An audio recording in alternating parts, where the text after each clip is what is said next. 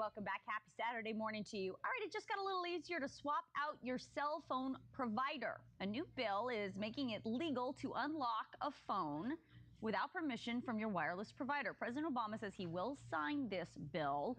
The law applies only to cell phones and allows people to unlock their phones or hire a third party to do it for them. Before, it was almost impossible to unlock your phone. So if you wanted to switch cell phone providers, you had to buy a brand new one. So let's talk about this a little more and the implications of it all. Our friend Vikas Bajaj is here, legal analyst. Good morning.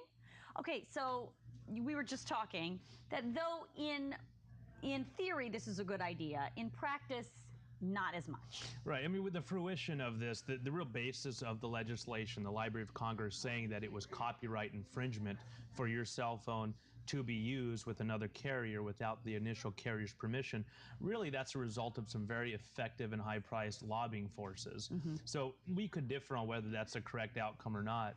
But practically what this legislation does now, President Obama has signed what was already approved by the legislature. So it was already approved, constituents were heard. I guess 114,000 different people signed a petition. That put it in action.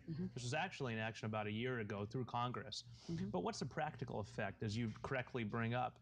Well, my Verizon iPhone, if I decided I wanted to become a subscriber of Sprint or Cricket or Joe Schmo Technologies, I couldn't do it.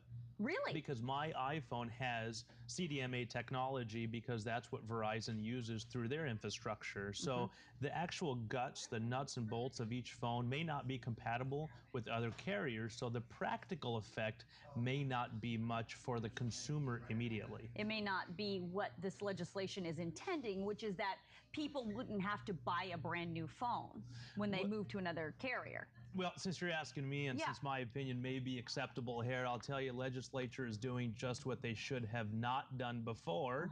And how what they're doing is saying what's right for the consumers. But let's also look at environmental consequences. Let's look at some criminal consequences. There is a black market for stolen phones or phones that are old that can't be used. So my Verizon iPhone, I can't use it anymore because I'm going to switch over to KUSI Technologies. And that phone becomes either a paperweight or it becomes a subject to something that can be stolen from another individual. So now if you go to malls, you'll see little kiosks where you can trade in old phones. Well, what that's created, as a defense attorney in this county, I'll tell you, it's created a subculture of criminal activity. Oh, that's interesting. Because individuals can take that paperweight that I've just put down and take it from me without my consent and then turn it into one of these kiosks and maybe get 20 to 30 bucks for it. That's interesting. All right, well. And it also controls environmental consequences by the landfills not being filled up with these cell phones that are paperweights. Right. So what's the bottom line for consumers? The bottom line is be patient.